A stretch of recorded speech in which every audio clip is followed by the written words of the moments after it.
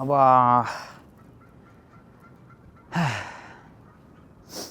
நல்ல work out. சீக்கிரம் எல்லோரும் ஸ்ப்ரிண்ட் ஆரம்பிங்க. ஜிம்முன்னு போய் மந்தமாயிடாதீங்க. இங்கே ஒரு ட்ரெயினர் நான் மீட் பண்ண போவர் என்ன சொன்னார்னா, நீ 30 வயசுக்கு அப்புறம் கூட நீ வந்து உடம்பு ஏற்றலாம், ஆனால் இதே அத்லெட்டிக் அபிலிட்டி கொண்டு வரது பாசிபிளான்னு தெரியாது. ஏன்னா அத்லெட்டிக் அபிலிட்டி நான் அப்படியே வெயிட்டை மட்டும் போட்டு கரெக்டாக சாப்பிட்றது மட்டும் இல்லை, அது ட்ரெயின் பண்ணுற விதம், உங்களோட இளமையும் அதில் அடங்கியிருக்கு. when you are able to do something maintain your ability அப்படின்னு சொன்னார். எனக்கு இன்னும் ஞாபகம் இருக்குது. அதுவும் ஸ்ப்ரிண்டிங் நீங்கள் ஸ்டார்ட் பண்ணும்போது ஃபஸ்ட்டு ஸ்லோவாக இருக்கும். நான் லாஸ்ட்டு 6 மந்த் முன்னாடி நான் பண்ணும்போது பயங்கர ப்ராக்ரஸ்ஸு. இன்றைக்கி செம ஸ்லோ, இன்றைக்கி அல்டிமேட்டாக ஸ்லோ.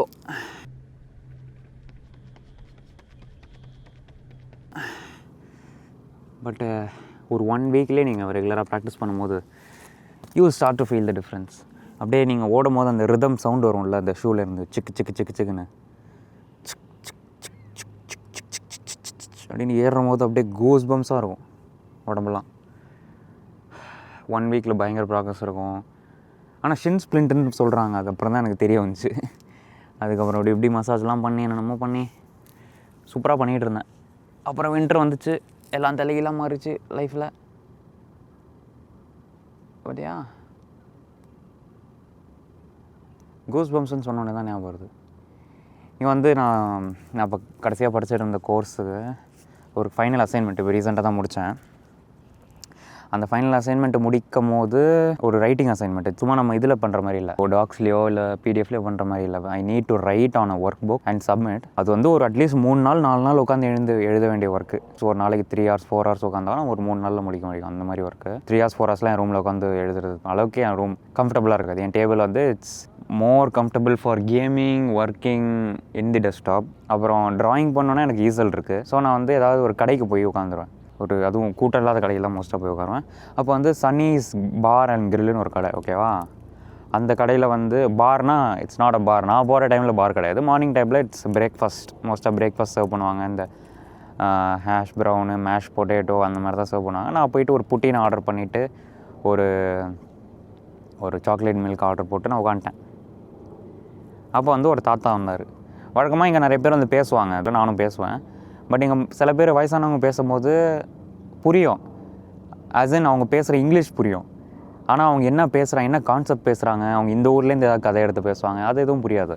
பட் இந்த தாத்தா வந்தார், நார்மலாக எப்படி சொல்கிறது, வழக்கம் போல் எல்லோரும் கேட்குறது தான், எப்படி இருக்கீங்க, நல்லா இருக்கீங்களா, எந்த ஊர்லேருந்து இருக்கீங்க அப்படிலாம் கேட்டிருந்தேன். நான் வந்து இப்போ இந்த ஊர்லேருந்து வந்தேன், இந்த ஊர்லேருந்து வந்தேன், அதான் இங்கே வேலை சுச்சுவேஷன்லாம் கொஞ்சம் புலம்பிட்டு, அவர் கதையெல்லாம் புலம்பிட்டு, அப்புறம் அவர் மிலிட்ரி பேக்ரவுண்ட் அப்படிலாம் சொன்னார். இந்த ஊரில் எல்லா தாத்தனுங்களும் மிலிட்ரி பேக்ரவுண்ட் வச்சுருக்காங்க. அப்புறம் நானும் ஏன் தாத்தாவும் மிலிட்ரி தான் தெரியுமா அப்படின்னு சொன்னேன். அதுக்கப்புறம் கொஞ்சம் நேரம் பேசிவிட்டு அதுக்கப்புறம் கொஞ்சம் அவர் பர்சனல் ஸ்டோரிலாம் எடுத்து விட ஆரம்பித்தார். அப்புறம் நானும் என் பங்குக்கு ஒரு மேலோட்டமாக ஒரு பர்சனல் ஸ்டோரி எடுத்து விட்டேன். இங்கே தான் வந்து அவர் ஒரு ஃபிலசாபிக்கலாக அவர் வந்து பேசும்போது ஒரு மாஸ்டர் ஊகவே மாதிரி பேசினார் அந்த தாத்தா. அது அந்த வாய்ஸ் மாடுலேஷன் எப்படி கொண்டு வரணும் தெரியல, பட் அவர் என்ன சொன்னாருன்னு சொல்கிறேன். சொன்ன இந்த மாதிரி லைஃப்பில் இந்த மாதிரி நிறைய நடக்க தான் செய்யும், அதை நம்ம எப்படி அக்செப்ட் பண்ணிக்கிறோம் அப்படின்றத பொறுத்து தான் இருக்குது எப்படிலாம் பேசினார். இது ரொம்ப கிளீஷியாவான டாபிக் தான், பட் ஸ்டில் அக்செப்டன்ஸை பற்றி பேச ஆரம்பித்தவர் வந்து என்கிட்ட வந்து கொஸ்டின்ஸ் கேட்டார். அக்செப்டன்ஸ்னால் என்ன அப்படின்னு கேட்டார். அக்செப்டன்ஸ்னால் நடந்துச்சு, it is what it is அப்படின்னு மூவ் ஆன் ஆகிறது தான் அக்செப்டன்ஸு அப்படின்னு நான் சொன்னேன். இல்லை you are not getting it right அப்படின்ற மாதிரி சொல்லிட்டு, அக்செப்டன்ஸ் வந்து பார்க்குறதுக்கு எப்படி இருக்கும் அப்படின்னா, பார்க்குறதுக்கு அப்போ என்னையே நானே கண்ணாடியில் பார்த்தே ரொம்ப நாள் ஆகுது, ஸோ எதுக்கு தெரில அப்படின்ட்டேன். சரி, பார்க்குறதுக்குன்னா it would be a smile and a deep breath and peace அப்படின்னு சொன்னேன். அவர் வந்து இல்லை அப்படியே மாஸ்டர் ஊகுவே வந்துட்டார் அந்த இடத்துல. Acceptance is the smile that comes after deep breadth அப்படின்னாரு.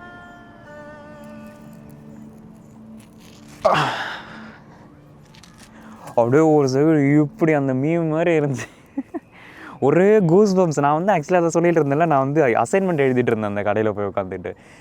ஸோ வந்தோடனே அவருக்கு நான் வந்து தர வேண்டிய டியூ ரெஸ்பெக்ட்லாம் கொடுத்துட்டேன். அப்புறம் இவர் சொல்லும் போது எனக்கு என்ன சொல்கிறேன்னு தெரியல, நானும் பதில் சொல்லிட்டு இப்படியே எழுதிட்டு இருந்தேன். திடீர்னு acceptance is the smile that comes after deep breadth அப்படின்னாரு. அப்படியே கையெல்லாம் புல்லரிக்குது, அப்படியே தெரிஞ்சது, லிட்டரலாக எனக்கு தெரிஞ்சது. அவர் வாய்ஸும் அவர் சொன்ன மாடுலேஷனும், wow. Smile that comes after deep breath அப்படின்னா அக்செப்ட் பண்ண முடியல. அந்த செஸ்ட்டில் ஒரு அன்ஈஸி ஃபீலிங் இருக்குமா, அந்த அன்ஈஸி ஃபீலிங்கோட you are taking a deep breath. Release பண்ணும்போது you are releasing all the baggage and burden. அதை ரிலீஸ் பண்ணோன்னே you are accepting and smiling.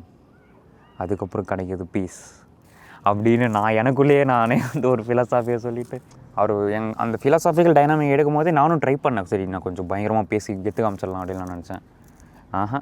வயசான எக்ஸ்பீரியன்ஸ்டு மூளை தான் அப்படின்னு ப்ரூவ் பண்ணிட்டார். அதுக்கப்புறம் தலையில் கை வச்சு இப்படி ப்ளஸ் பண்ணி விட்டுட்டு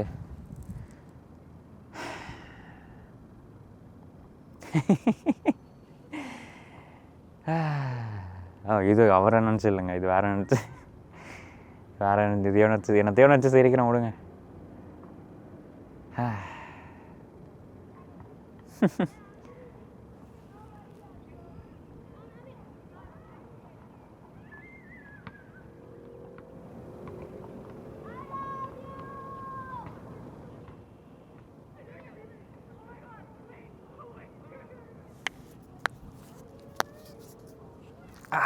வாவ்,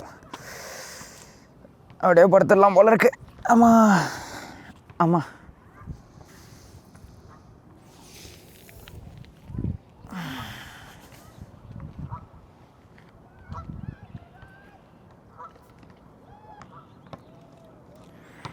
இங்க நான் தனியா இருக்க எதுக்குன்னு தெரியலை.